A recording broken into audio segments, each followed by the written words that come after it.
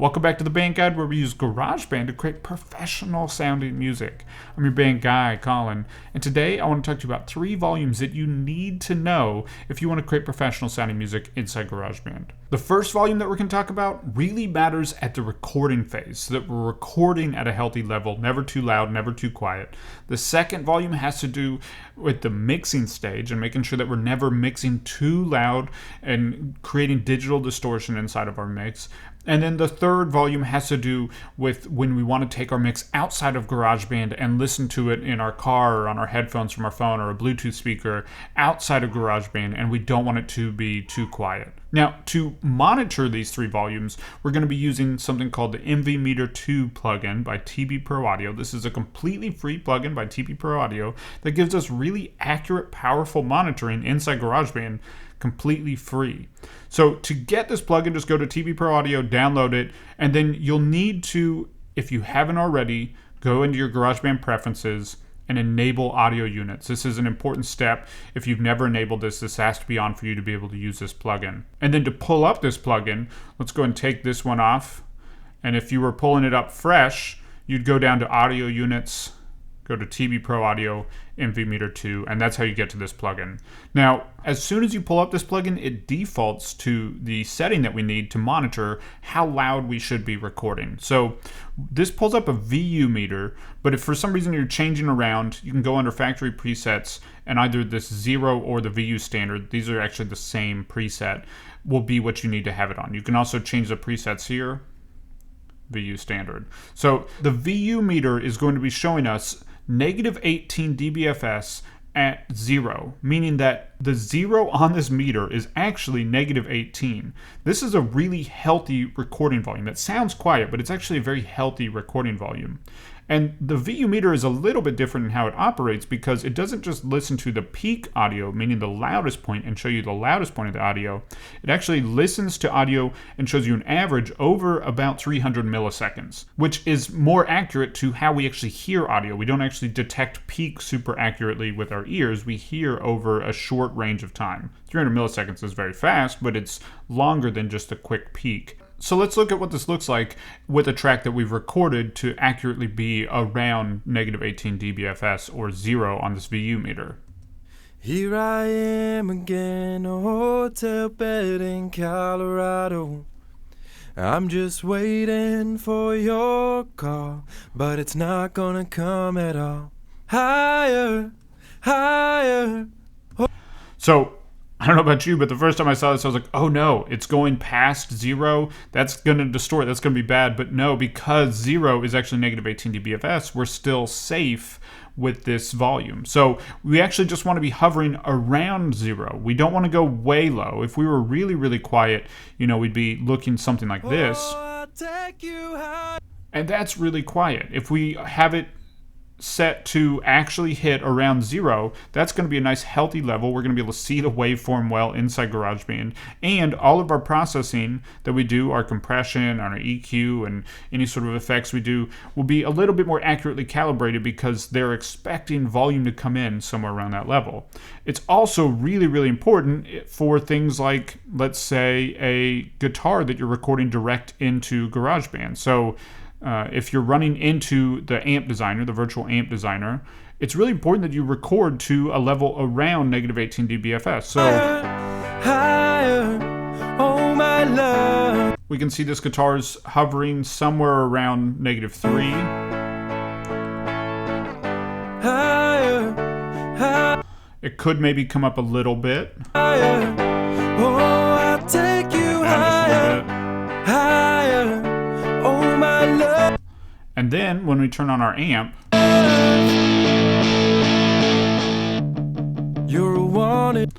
It's going to be driving into the amp at the volume that this amp expects. Again, this amp has to expect a certain volume to accurately represent what it would be like to record a guitar through this amp.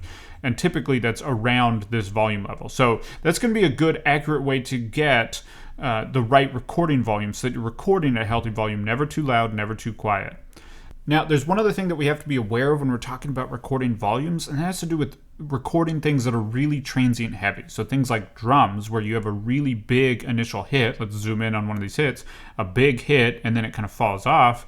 these are not read as accurately by a VU meter because a VU meter reads over a short period of time. So it would be reading both the initial hit, but then also the quiet part right after it. So it's not going to accurately catch how loud that peak really is. So we could accidentally distort if we're not monitoring it slightly differently. So what I would recommend is pulling up the MV Meter 2 plugin on a track that you're recording that's really transient heavy, whether it be a drum or a tambourine or piano stabs if you're hitting the piano really hard. You want to also monitor the peak volume. So here we're going to go to this preset. So you pull up the MV Meter 2 and you change it to peak standard. You can also do that again over here. We'll go to peak standard.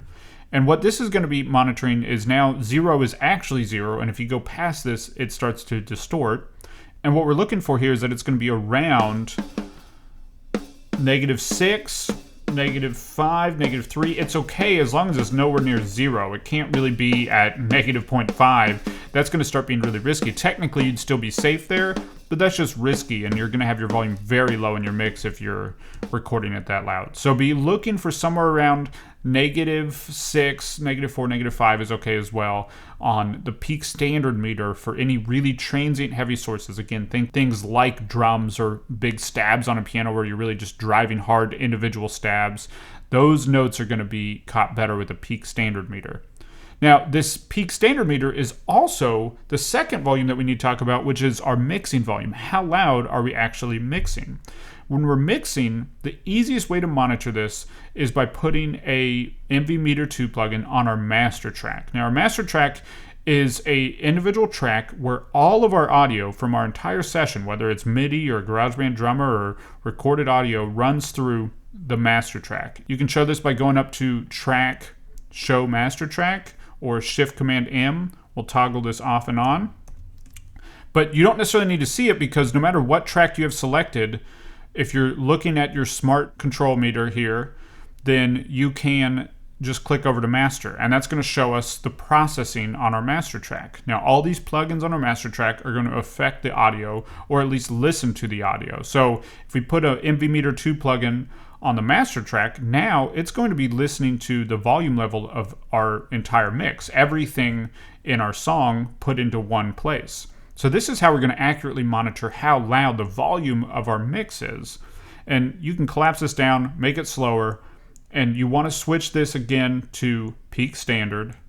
And now what you're listening for as you start bringing in your individual volumes, mixing up your volumes, creating your static mix, is that you're never going past -6. -6 over here in the maximum reading is going to be a safe level. This is how you know that you're never getting too loud and you're not approaching digital distortion.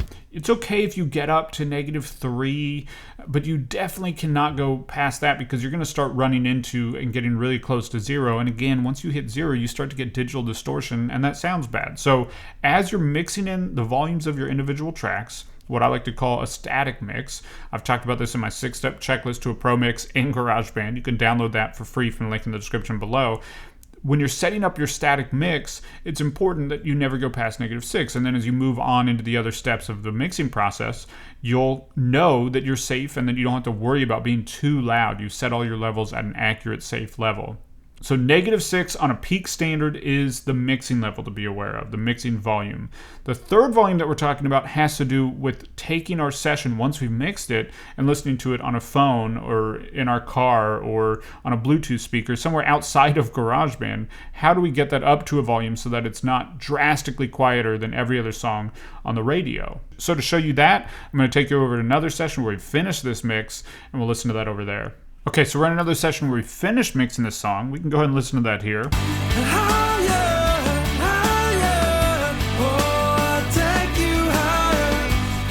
And see that we do get up to -3.7, but we're still safe. We're not approaching 0.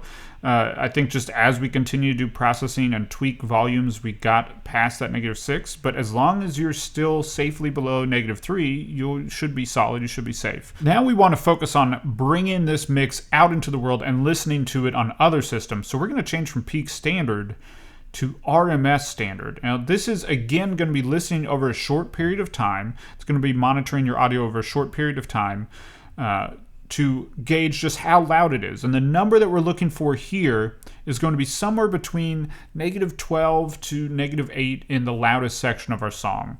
So listening in this chorus here, we're looking at the RMS standard.